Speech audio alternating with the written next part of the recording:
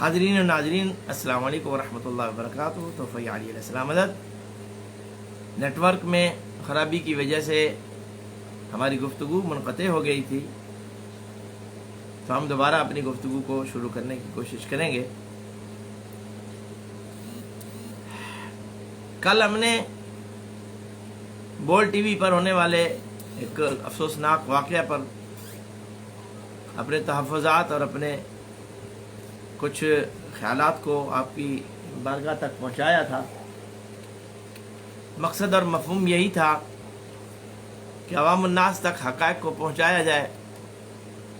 وہ لوگ جو علماء کرام کے روپ میں اپنی عوام سے انتہائی خیانت اور جھوٹ بول کر بات کرتے ہیں کہ اس کا کوئی کہیں وجود نہیں ہے، کم از کم انہیں آئینہ دکھایا جائے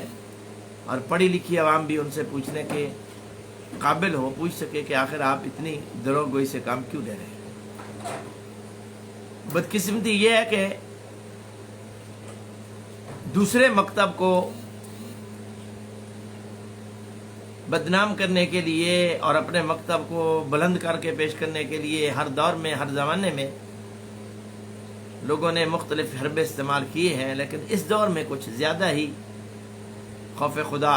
کا دامن چھوڑ کر اپنے مکتب کی ترویج کے لیے لوگوں نے ایک نظام شروع کیا ہوا ہے۔ اور لوگ یہ سمجھتے ہیں کہ ہم کسی کے مکتب کی توہین کریں گے تو ہمارے مکتب کی تعریف ہو جائے گی۔ ایسا ہرگز نہیں ہوتا۔ بول ٹی وی اپنی سابقہ روایات کو قائم رکھتے ہوئے میں یہ سمجھتا ہوں کہ علماء تشیع کو ایسے ٹیلی ویژن پروگراموں کا مکمل بائیکاٹ کرنا چاہیے، اس میں بالکل بھی نہیں جانا چاہیے، کہ چونکہ جب ٹی وی فریق بن جائے تو پھر معاملات حل نہیں ہوتے۔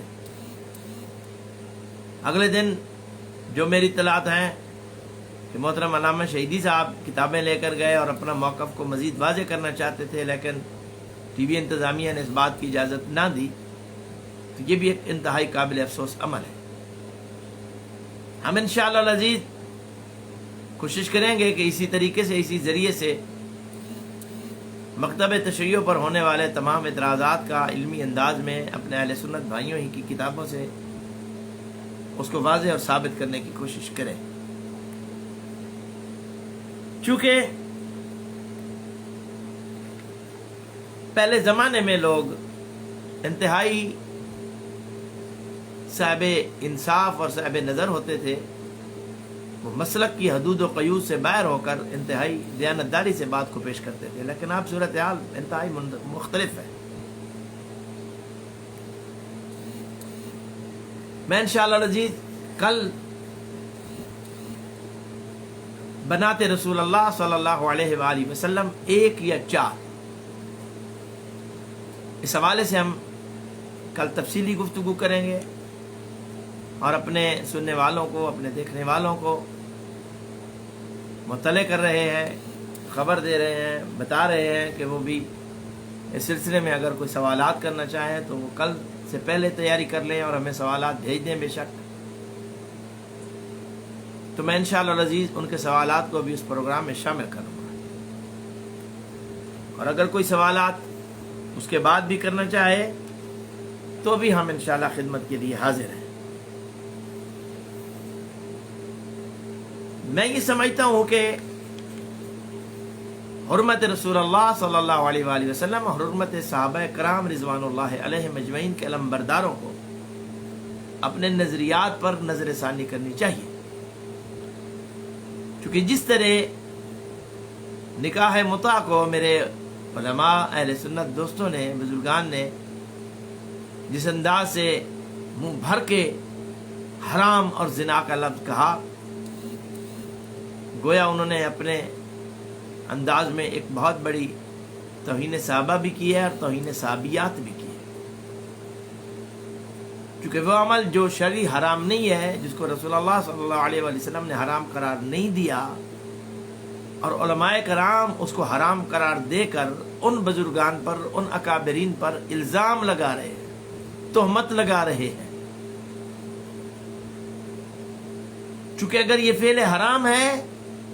تو پھر جنہوں نے انجام دیا ہے ان پر بہت بڑا حرف آتا ہے، اور ہم کبھی سوچ ہی نہیں سکتے کہ کوئی صحابی رسول صلی اللہ علیہ وآلہ وسلم یا کوئی صحابی ہے نبی، ایسے عمل کہ جس کو رسول اللہ صلی اللہ علیہ وآلہ وسلم نے حرام کیا ہو اور ان کی معلومات میں ہو کہ رسول نے اسے حرام کیا ہے، اور اس کے باوجود وہ اس کو انجام لاتے رہے، یہ امکان بھی نہیں ہے، ہو ہی نہیں سکتا، سوچا بھی نہیں جا سکتا۔ صحابہ کرام اور صحابیات رضوان اللہ علیہم اجمعین کا اس کو مکمل مسلسل طور پر انجام لانا اور اس پر قائم رہنا اس بات کی بین دلیل ہے کہ یہ عمل شرعاً نہ قابل گرفت ہے، نہ قابل کراہت ہے، بلکہ جائز اور مباح ہے۔ اب ہم اپنے بھائی صاحبان کو مزید اس پر ایک مشورہ دینے کی کوشش کریں گے کہ اگر ہمارے ان علماء کرام نے ہمارے اس مشورے کو قبول فرما لیا تو ضرور انشاءاللہ العزیز اصلاح پیدا ہوگی۔ یاد رکھیے، ایک عمل آپ کو ناپسند ہے تو آپ یہ تو کہہ سکتے کہ مجھے یہ پسند نہیں ہے، میں نہیں کرتا، ٹھیک ہے، شریعت نے اجازت دی ہے لیکن مجھے اچھا نہیں لگتا۔ لیکن یہ کہنا کہ وہ شرعاً ہے ہی جائز نہیں، یہ ظلم ہے، یہ زیادتی ہے۔ دوسری بات میں وضاحت کرنا ضروری سمجھتا ہوں کہ یہ جو نکاح متعہ ہے یہ عمومی عمل نہیں ہے، یہ ذہن میں رکھنا، یہ اضطراری عمل ہے، یہ اضطراری رخصت ہے، حالات ہوں، واقعات ہوں، ضرورت ہو، یعنی ایسا وقت، ایسی گھڑی کہ جب انسان کے پاس خدا نخواستہ وہ طاقت جو خواہشات نفسانی کا مقابلہ کرتی ہے وہ کمزور پڑ جائے اور حرام میں اسے مبتلا ہونے کا خطرہ ہو، تو شریعت نے اسے حرام سے بچانے کا یہ ایک راستہ پیش کیا تھا تاکہ جو خدا نے حرام عمل کیے ہیں آدمی ان سے محفوظ رہے اور ایک شرعی طریقہ کار سے اپنی انسانی حاجت کو، انسانی ضرورت کو پورا کر لے۔ لیکن اسے اپنی عادات میں شامل کر لینا اور اسے بطور ایک لذت اور بطور ایک عیاشی کے استعمال کرنا، یہ کسی صورت میں جائز اور مناسب نہیں ہے۔ توجہ رکھیے گا، یہ کوئی تفریح نہیں ہے، یہ کوئی عیاشی کا سامان نہیں ہے جو شریعت نے آپ کو مہیا کیا ہے یا کسی کو بھی۔ شریعت ہمیشہ انسان کو حرام سے بچنے کے راستے مہیا فرماتی ہے اور حلال کی ترغیب دیتی ہے۔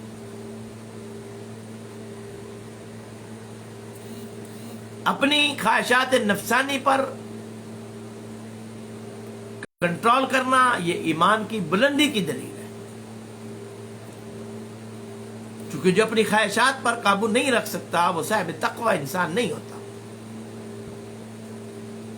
لیکن انسان خلق الانسان ضعیفا، انسان کی تخلیق کمزور ہے،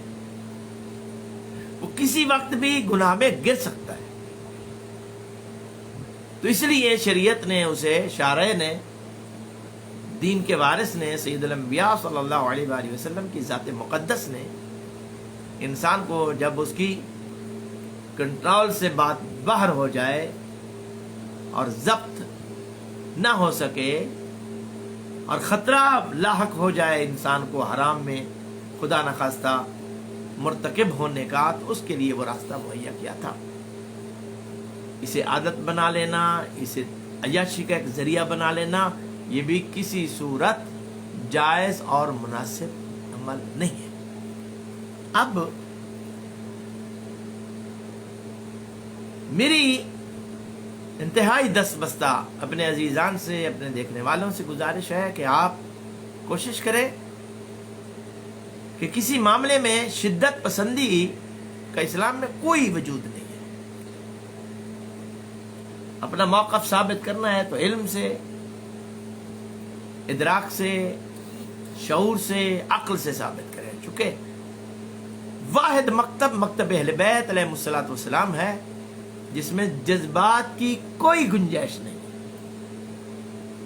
یہاں ہم ہر بات عقل کے تابع کرتے ہیں، جو چیز عقل کے تابع نہ ہو وہ تشیع اس کو قبول کرنے کے لیے تیار نہیں ہوتی. عین عقل کے مطابق گفتگو کرنا مکتب تشیع کا خاصہ ہے. اور بعض لوگ چالاکی کو بھی عقل سمجھتے ہیں، حالانکہ وہ چالاکی کی گو شکل عقل والی ہو سکتی ہے، لیکن وہ عقل ہوتا نہیں ہے. تو اللہ نے ہمیں جو ذوات مقدسات